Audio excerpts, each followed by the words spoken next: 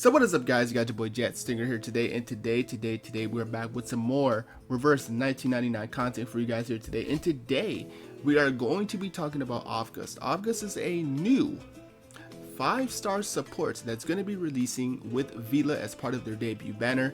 So it is going to be coming out in 4 more days at the start of patch 1.8, which again I'm very much excited for because I'm excited for Vila the most. But anyway, let's go and let's get started. Let's talk about what Avgust does. We'll talk about his kit, his inheritances, his portrays, and of course some cubes you can run them with. And yeah, let's go and get started. Let's talk about the guy today. So Avgust, let's talk about his ultimate. His ultimate is a mass attack that deals 200% mental damage to all enemies, then grants 1 stack of rousing morale to self and all allies in the front, and grants 1 stack of sturdiness to self and all allies behind. So Avgust introduces a new type of play style mechanic, where he wants to either be in the front of the team or behind the team. Whether or not he's based on both of these slots is completely up to you if you prefer the option, but you ideally, in a perfect sense, want to put him in the first spot or the 4th spot, because that of course allows you to give your bonuses to everyone instead of just him putting it like in the 2nd slot and then he only puts it, you know, in the 2 allies that's behind him, and then the 1 other unit doesn't get the bonus. So again, you ideally want to do that, but this is a really cool concept because it allows Avgust to kind of be like a double support in a certain way, because when we look at our supports, we see that we can only ever really play them in a specific way depending on the types of teams that we use them on.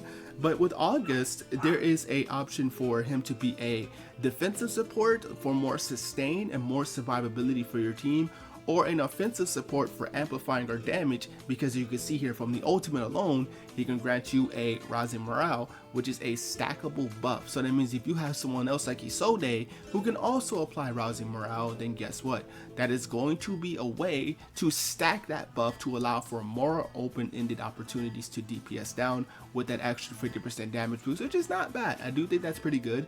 And of course you have sturdiness as well, which of course can be another thing that stacks, that stacks with certain healers, like for example Yinze, who applies sturdiness, or other characters like Voyager, who also does give you sturdiness off of her shield. So it's there's a lot of things that can be used with Avgust. That's why I do think he's a pretty open-ended support, depending on what you personally need more for the team that you're using him in. So again, pretty good.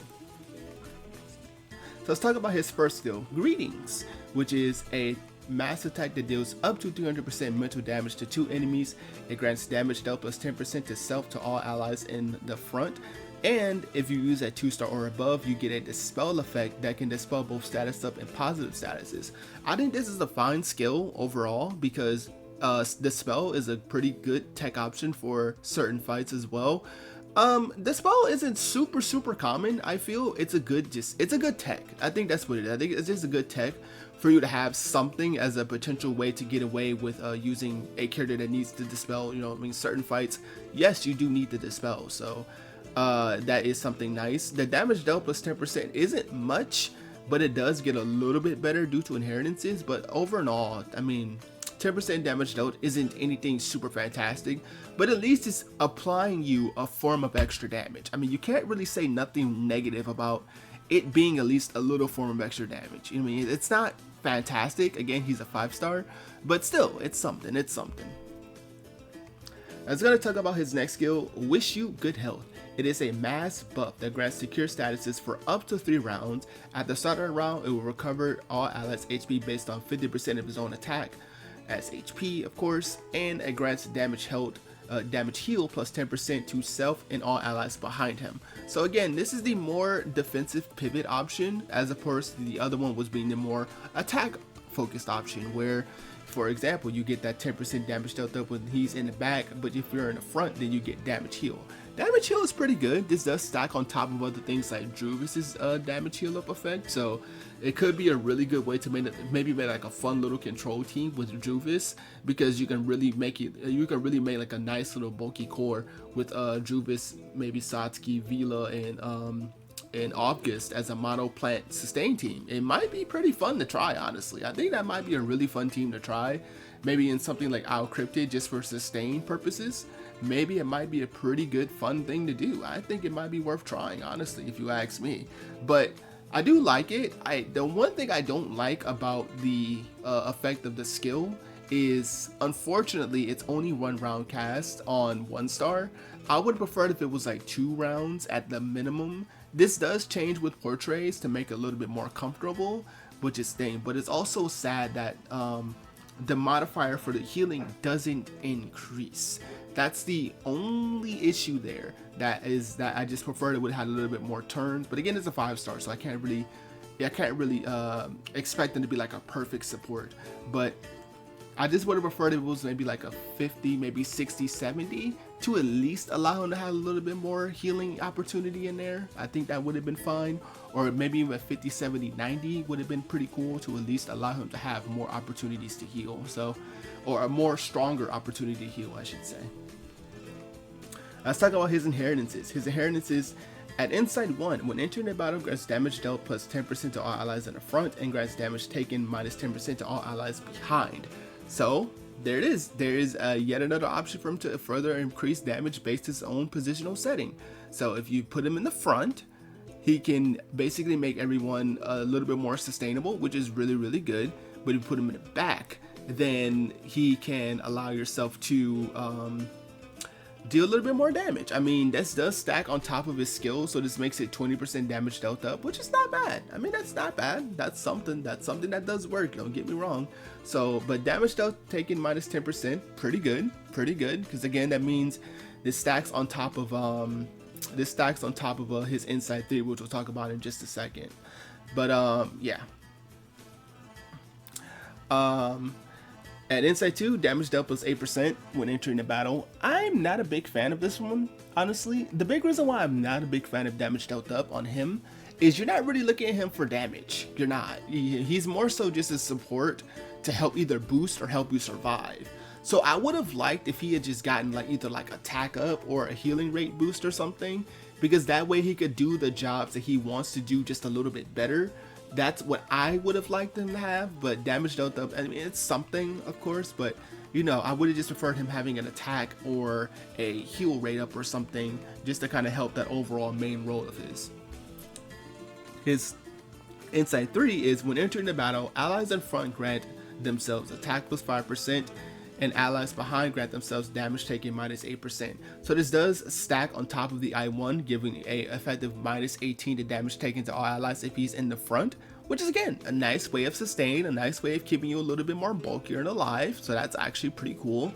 Attack plus 5%, nice. The only sad part is that he does not get the benefit of this attack plus 5%, which is a little unfortunate because that would have helped his regen, because you know, more attack means he gets a higher scaling from the regen, so that's a little bit unfortunate. So I think that does kind of suck overall, but I mean, at least he can empower, you know, a little bit of attack to the ally, which is still absolutely fine. So overall, his inheritances are pretty much focused towards, again, the positional setting of your team. If you want him in the front for more sustain and more control and more, you know, protection, or you want him in the back for more damage and more chances to kind of nuke. So that's really just it.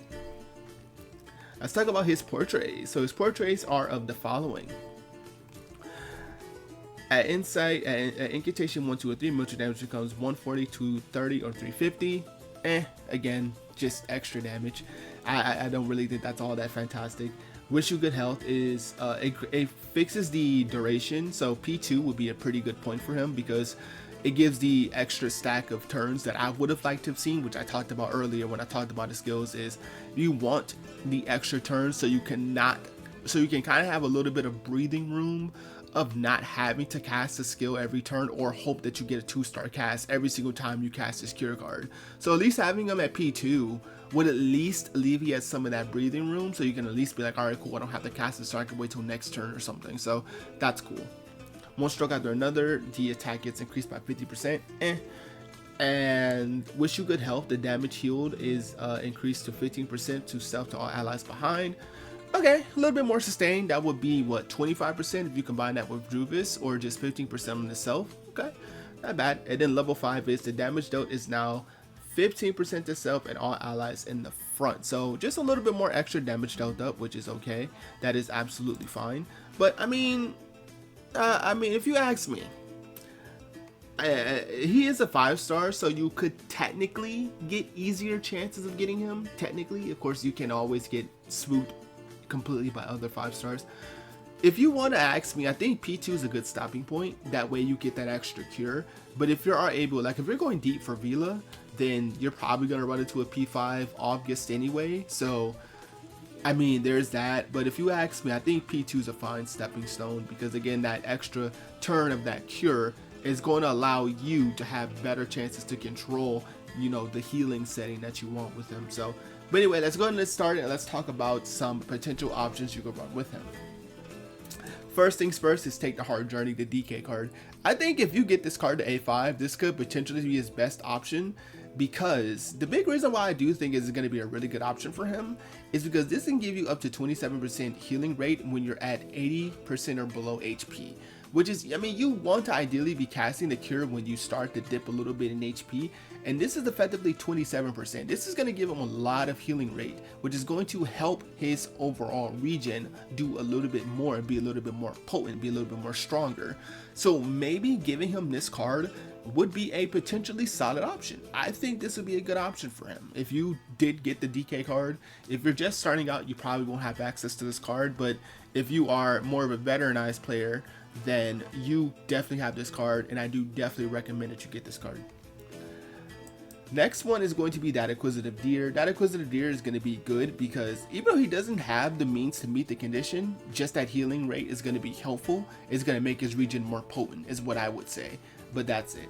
Her second life is actually a pretty good option as well. Her second life only gives him attack percent, which is good, and he does have a mass casting ultimate, which of course will give an additional heal. If you want to know that Acquisitive Deer or her second life, I mean, her second life technically inches in maybe a little bit better because of that attack boost, again making the regen more potent, which is what I focus on more when I'm looking at Avgust as a character, as his supportive capability. So I do think that that is something that could be the preferred option for him. This at least also gives him a form of healing too, like a little small heal with this regen. So could be something, could be something. So there's that. But I do think Take the Hard Journey might be the option I take, depending on if I pull him or not. But yeah, since he is a overall support character, I don't really have any direct partners to put him with like I normally would. I would normally say, hey, you know, pair him with this unit, this unit. I mean, the whole Druvis control team seems like a fun idea. I might test it myself if I do get both Vila and Avgust to see. I have to level up all of those characters actually. I have to level up Druvis, Satsuki, and Vila and Avgust. So maybe I might try it, maybe I might. It depends on what happens with resources and everything. But if you want to know if you should pull Avgust or not, he's actually a pretty fine support. He's not obviously meta breaking by any stretch of the word, but I think he's at least a decent enough support that he can warrant himself being used in teams depending on what you need more. If you're a new player, then I do think you should absolutely pick him up because he does have at least some helpful tools to help you kind of push until you get like a more dominant support for your teams. You know what I mean? So I do think that he's not a bad character. He's not bad. He's pretty okay. He's actually pretty okay. But that's gonna be it for the Avgust video, guys. I hope you guys did enjoy that. I hope you guys enjoyed the video. I'll see you guys next time. Peace.